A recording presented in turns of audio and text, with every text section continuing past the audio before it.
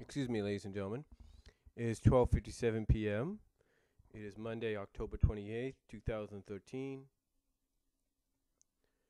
and we are 3 days away from Halloween. And you know, I've been reading some certain entries lately at a certain website, and it seems that and the title is going to say it best. It seems that the Sonic fan base does agree on one thing. The entire Sonic fan base does agree on one thing. Now, over the past few weeks, if not the past few months, a lot of people have blamed Archie Comics. A lot of people have blamed Sega. A lot of people have blamed Ian Flynn for the sudden changes in the comic. But there's one other individual and one other situation that they have blamed as well, but not as much as they have blamed the others. In fact, they blame it, but it's not like it's basically it does not overtake all the other blames until apparently now. Yeah, apparently it seems the whole Ken Penders situation and Ken Penders himself is to blame for everything that's gone on.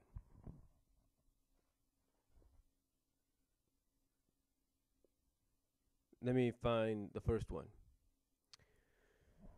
Excuse me.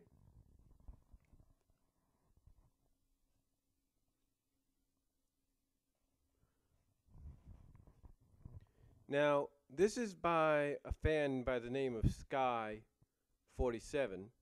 and they linked to another fan. We're going to call them LTH. LTH, if you will. And LTH posted this about a day ago, 44 hours ago, if you will. Yeah, 44 hours ago. And this is what LTH says. LTH says. This is what LTH says about 40 hours ago. And I quote, it says, Sega, Archie, and Ian Flynn not to blame. And he capitalizes not to blame. And this is what LTH says. This is what LTH says. And I quote, I just want to point out something. According to Penguin God, who's a member at the Bumble King forums, according to Penguin God, the redesigns were the decision of Archie, not Sega. And then he provides a link. And he says, but don't blame Archie. They did what they did out of fear, and don't blame Sega or Ian Flynn either. Excuse me. That's good. The changes they are making is not out of pride or envy, but out of fear. So if the blame should not fall on Flynn, Archie, or Sega, guess who that leaves? Ken Penders. Well, Mr. Penders, it wasn't bad enough for you to screw up my childhood hero's dream when he was still alive, but now after he's dead? After DT explained it all to me, it all makes sense to me now. I feel like I've solved a great mystery. Think about it. Archie tried to make the comic more like the games and redesigned the characters so they would not lose the license because Sega was sick of Penders. It's all on him. All the changes that we don't like all point to him. And if it's true, that means our strategy can be simpler than we thought. Penders is now the only factor we need to worry about. We hold his feet to the fire until he relents. We know his own little comic is not going to do well, especially considering the number of people he's pissed off, And hopefully he'll learn the error of his ways one way or another. And that was from LTH, if you will. And this is what Sky47 responded to that.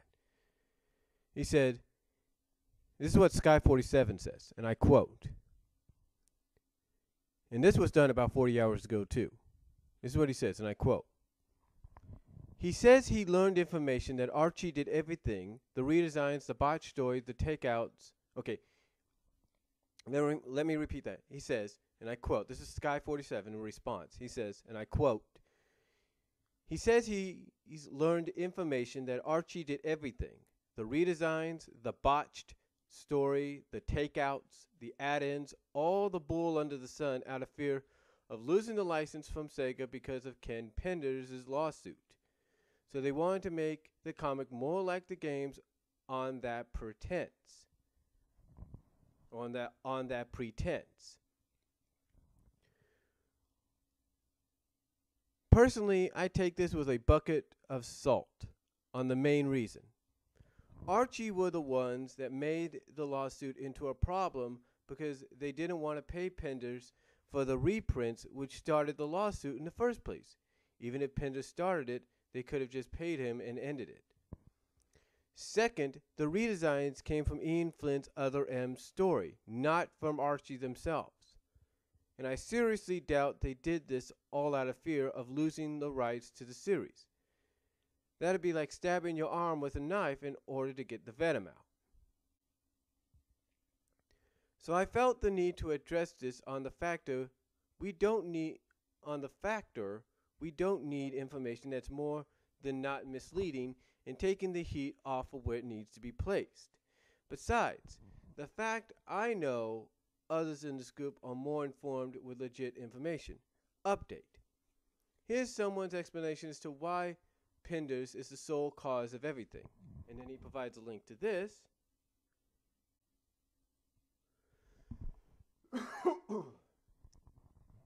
And this is by DT.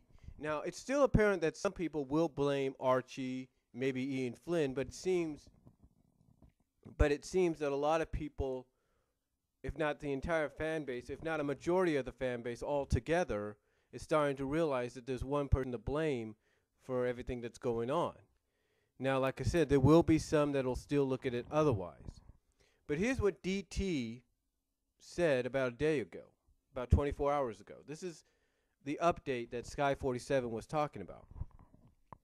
This is what DT had to say, and I quote, I don't believe you have things straight. First off, it's not a case of they don't want you to know. Part of the terms of the legal settlement is that they're not allowed to tell us the terms of the legal settlement. I'm sure they'd love to let us know exactly what the final deal was, but anyone that spilled all the beans would end up in court having to pay a lot of money. When Ken said that Archie could use the characters, that did not mean they have joint ownership. Right now, all signs point to Ken having sole ownership from here on out. His statement was apparently his misleading way of saying he was willing to let Archie license the characters from him. The confusion his statement generated was intentional on his part. He wanted to phrase things in a way that would make Archie look bad if they didn't use the characters. He left out they have to pay to do that and get his approval. If Archie wanted to use the characters, they would need to license them from Ken, and every issue using them would have to be approved by him.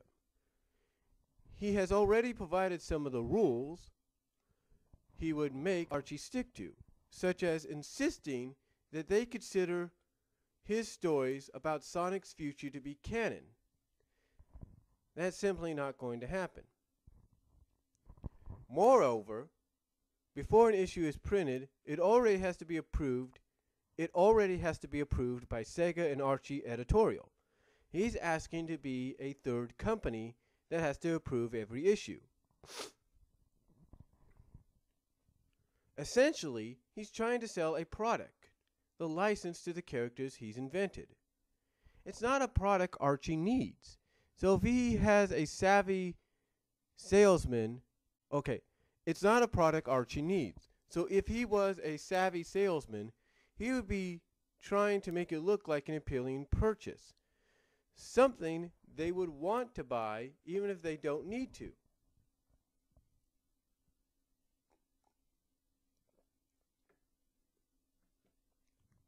Instead, he's making his product look as unappealing as possible. Buying from him would likely strain the relationship between Archie and Sega. They've already once considered not renewing the contract with Archie because of the lawsuits Penders filed against BioWare/Sega. Would cost them money while likely not making them very much, and would require much more work on their part, since they would have to get approval every time they used his characters and would have to rewrite stories to his satisfaction. We do have a clue if his characters will be returning. Several clues. All signs point to heck no. Archie went so far as to remove character elements, not actual characters, that he came up with. Satayam gave us King Acorn. Penders gave him a new personality and a first name, King Max. And now we're back to him being a decent king who has no first name. If they're unwilling to even use something as small as that, then the more influence Ken had on a character, the less likely the character is to ever appear again. They are being very careful not to give him an opening, since he claimed that he somehow owns quote, the Robotnik that used to be Robo-Robotnik. Archie is taking no chances. They don't want to be in court again. Even if they think they'll win, they rewrote the entire history of Sonic's world to remove essentially all of Ken's influence. Many characters won't appear again. It's because Ken gained ownership of the characters, but then completely failed to make the license an appealing purchase for Archie. Frankly, he was extremely short-sighted. He's trying to sell the Lala Sue Chronicles, a book with his characters in it. Let me repeat that. He's trying to sell Laura Sue Chronicles, a book with his characters in it. If he had worked out an agreement to let Archie use his characters without needing his approval and without having to pay him unless an issue sold extremely well, then that would mean his characters would stay visible.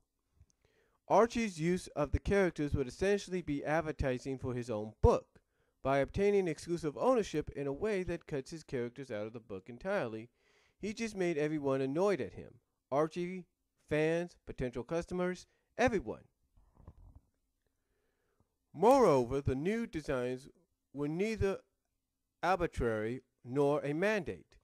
Like I said, because of Penders' lawsuit, Sega nearly didn't renew the contract with Archie. This was stated in court. It's no secret that Sega would probably prefer to have the book focus more exclusively on characters from games and be more of an advertisement for their own products. That's not something Archie or Ian Flynn want to do. Writers aren't given as much freedom with the game characters, making it more difficult to write interesting stories about them. Archie was worried that Sega might not renew the contract, and Flynn was worried that Sega might demand the Freedom Fighters be removed from the book. To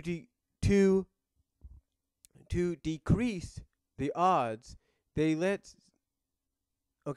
to decrease the odds that Sega might do that, Flynn asked for the characters to be redesigned to look more like game characters. There's a lot I'm not thrilled about when it comes to the real.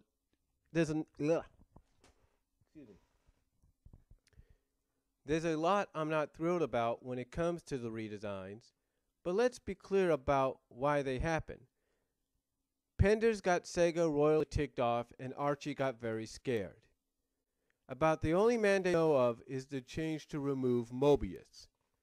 And even then, we're not sure if it was something Sega asked for or something Sega did without being asked to try and make the book look a lot better to Sega. Everything happening now is pretty much because of Ken.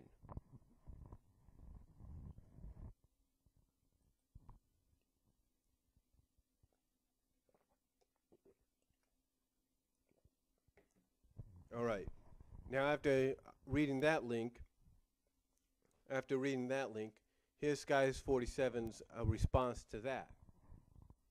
And this is his response. And I quote, "I will say this though, if all of this is true, it would have been better to just cancel the whole thing, or better yet, drop everything and start a new story from scratch. I honestly can't believe this one series has the most controversy out there. I wonder if anyone could foresee these events back in '92. Would they have canned the idea of giving the series a comic adaptation and save everything this headache, and save everything or everyone this heartache, headache, and ruining of characters?" Excuse me.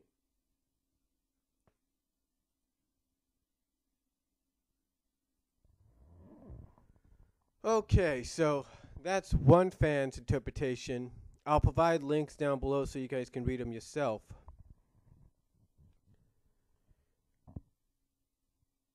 But yeah, apparently Ken Penders is the one to blame.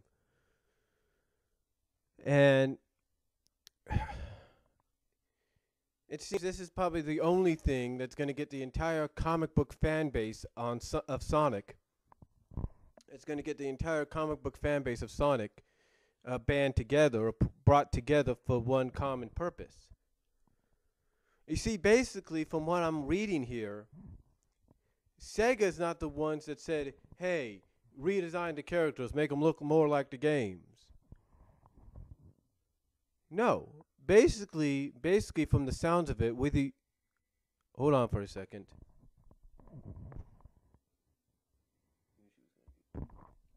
Sorry about that.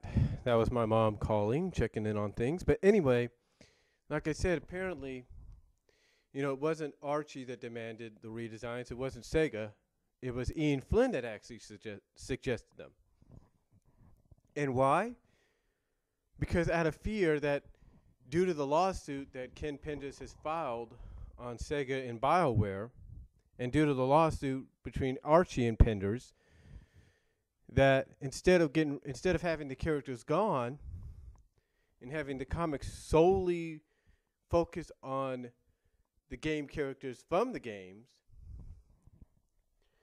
that it was Ian Flynn that apparently suggested, "Hey, you know what, Sega? I can't really write that much for just your game characters because there's not really much I can do. But what if we redesigned the comic characters, the Freedom Fighter characters, to make them look like they're from the games? Would that be good?"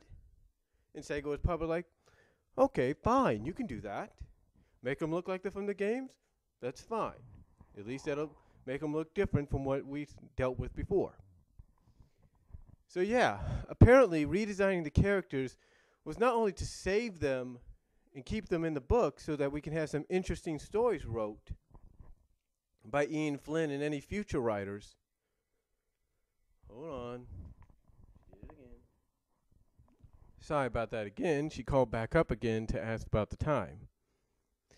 Anyway, like I said, apparently that's why the characters were redesigned, to keep them in the book so that we would have interesting stories written by Ian Flynn or whoever the future writers are in the future. And I guess you could say the characters do look the same when you look at them. You look at the Viant cover for 257, you look at some of the covers. I mean, they're still the same characters, but I think the redesigns were not just to make them look like they're out of the games, or from the games, but to also make them look like, or make them look like newer. Basically, I think it's just to make them look different from when they used to be drawn during the Ken Penders run. Because remember, that run, even post Penders, those designs were kept for a while. So the only way you're going to say, okay, how do we salvage these characters? How do we keep them in the book? How do we keep them around so we can write some interesting stories for the main book and for the universe? What can we do? Boom. Redesign the characters. Make them look different. Make them look similar but different than from what they are. So, there you go. Make them look different but similar to from what they are, which is why you see certain things, which is why you see, like with 254, you saw Antron doing the Black Knight Sonic spin, if you will, a spin dash. You saw Antron doing the spin dash from Black Knight. You keep them incorporated with the game, you give them special abilities like the game, and of course, Sega will be fine with it. But apparently, this was all done because from apparently what people are saying, out of fear. Out of fear that they would lose the characters. Now, the thing is, according to what I've read, apparently what I've said before on camera and through audio and even through text, or basically through typing, if you will, on several message boards and everything. And like I said, and as I've mentioned before, like I said, on camera and through audio video, apparently what I said about Ken Penders allowing the characters to be used again was true. I said that the only way things could be righted, the only way we could see this whole thing coming to an end, that we could see any kind of situation to where the characters in this lawsuit would come to an end or whatever, was if his continuity was considered canon. His future, his Mobius years later, his Mobius 25 to 30 years later story arc was considered canon. I had that feeling, and you can look back at my videos, you can look up anything I've typed up. I have said it, and I knew it. You can go to my YouTube page, type in Penders as a keyword in the search box, and watch the videos. And I guarantee you, in one of them, if not several of them, I have said exactly what I've said. You see, Ken Penders, whether you like the guy, you don't like the guy, you respect him for him trying to do something different, you respect him for trying to do this or whatever. When Ken Penders came up with Mobius years later, that to me signified the fact that signified to me that there was something else going on. Because not only did you have Mobius years later, but you were also introducing several new characters. You were introducing Lala Sue, or Jana Carr, whatever you want to call her, into the comic. And that kind of told me something was going on.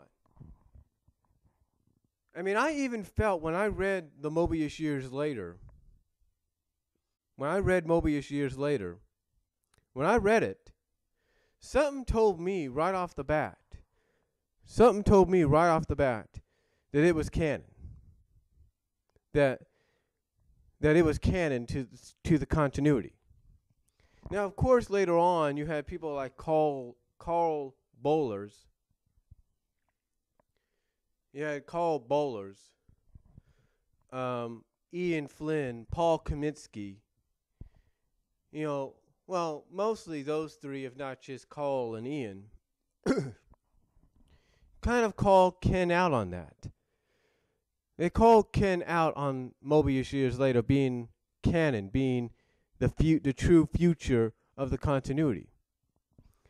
And it's understandable why they would call him out on it, because it's pretty much spoiling the ending of the battle with Robotnik, or with the battle with Eggman.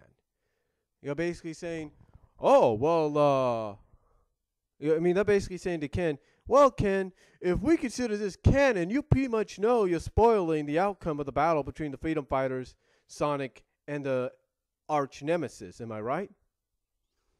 Do you understand it's just spoiling that?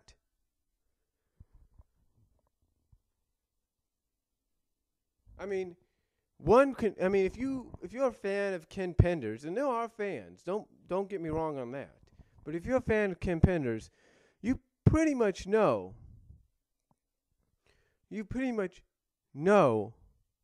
that from his point of view, this was sort of a jumping on point, I should say, for his project, for his Lawless Sue project. It was a jumping on point. It was a starting point, if you will. So that's, and basically it seems to me, this is my honest opinion, I think he wanted to do the Lawless Sue Chronicles as part of the main comic book universe if he was still on board. I think that may have been what he was planning to do, or was hoping for.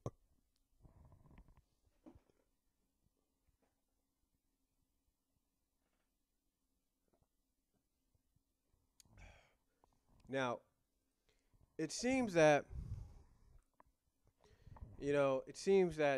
Sky 47, LTH, and DT are not the only ones talking about this.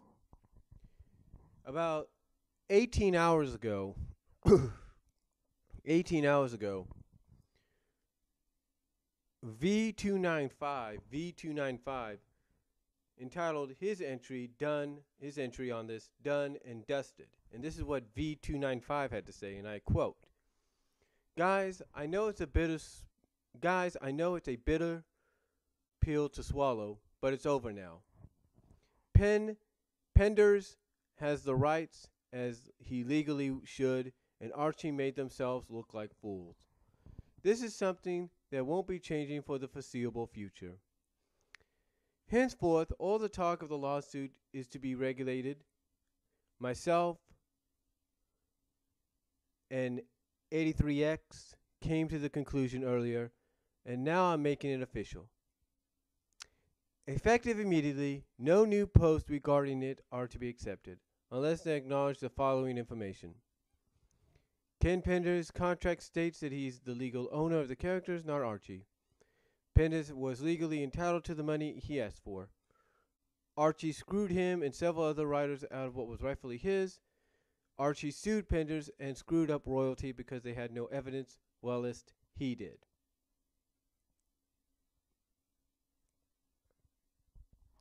We will not stand for any demonization of Penders in the face of this information. It's quite simple. It's quite simple. Whether we like it or not, and we don't, he was in the right. Good is not nice, people. We're still open to criticism of Penders, but we are, as a group, dedicated to riffing on the writing, not the lives of our targets.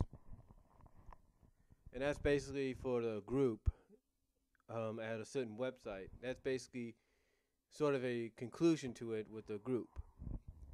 But yeah, it seems that Ken Penders is the one to blame in the eyes of a lot of fans, a majority of the fan base of the comic. And again, like I said, it's like I said, and I'm not trying to be right or anything, but it's like I almost saw this. I mean, when I read this information, and it states that the only way any of the characters or even any of the story arcs could be referred to or concluded on, or any of the characters could be used, is if only everything that Ken has done, including Mobius years later, is considered canon to the true continuity. In other words, whether we like it or not, if Ian Flynn, Archie Comics want to use the characters again somehow, they basically have to not only pay Ken Penders for using them, not only do they have to get his approval along with Sega and Archie's, and not only do they have to let him see what the writing, see the story, and basically let him oversee the story that involves his characters that they're writing, and see if maybe he likes it or not, and what changes he wants or not. But also the fact that everything he's done before, mostly like Mobius years later, has to be canon to the true continuity. So in other words, it's basically Ken Penders saying, hey, look, I know Mobius years later kind of spoils the battle with Eggman, but I mean, this is me. I think this is from my opinion. I think this is what Ken looks at. He's like, look, I understand Mobius years later spoils everything, but it also opens the door. Opens the door to whole new adventures. And when you think about it, Ian Flynn actually opened that door even further. He opened that door even further when he continued Mobius years later,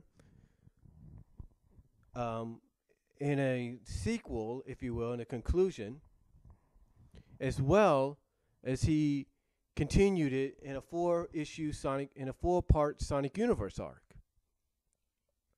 Yeah, a 4-part Sonic Universe arc. He concluded with it. He concluded Mobius years later in. And how did he conclude it? Very simple.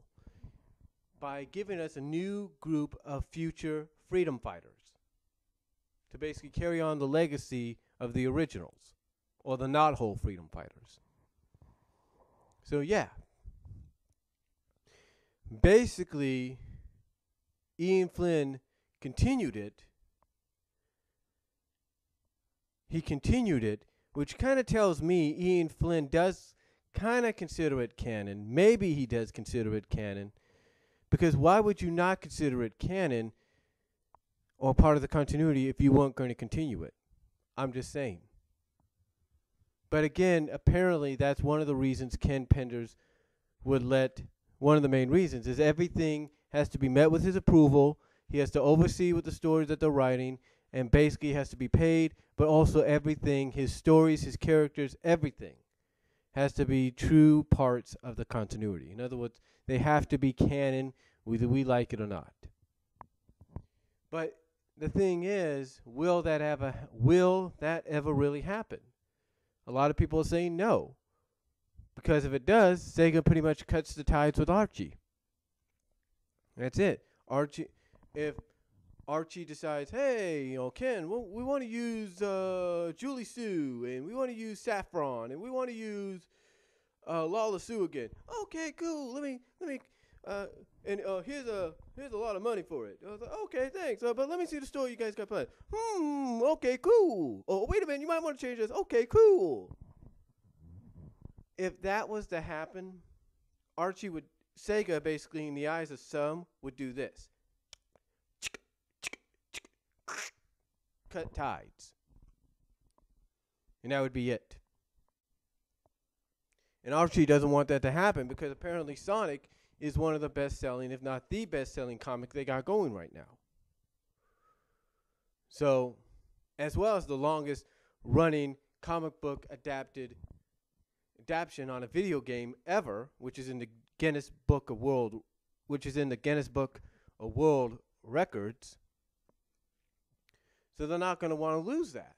They're not going to want to lose it whatsoever. So apparently Ken Penders, in the eyes of a lot of people, is the reason for all this happening. And that's a shame. But let's hope and pray. Maybe things will work out. Maybe cooler heads will prevail. And maybe someday we will see the return of the characters, because the characters cannot be gone forever, folks. They can't be gone forever. Because if they're gone forever,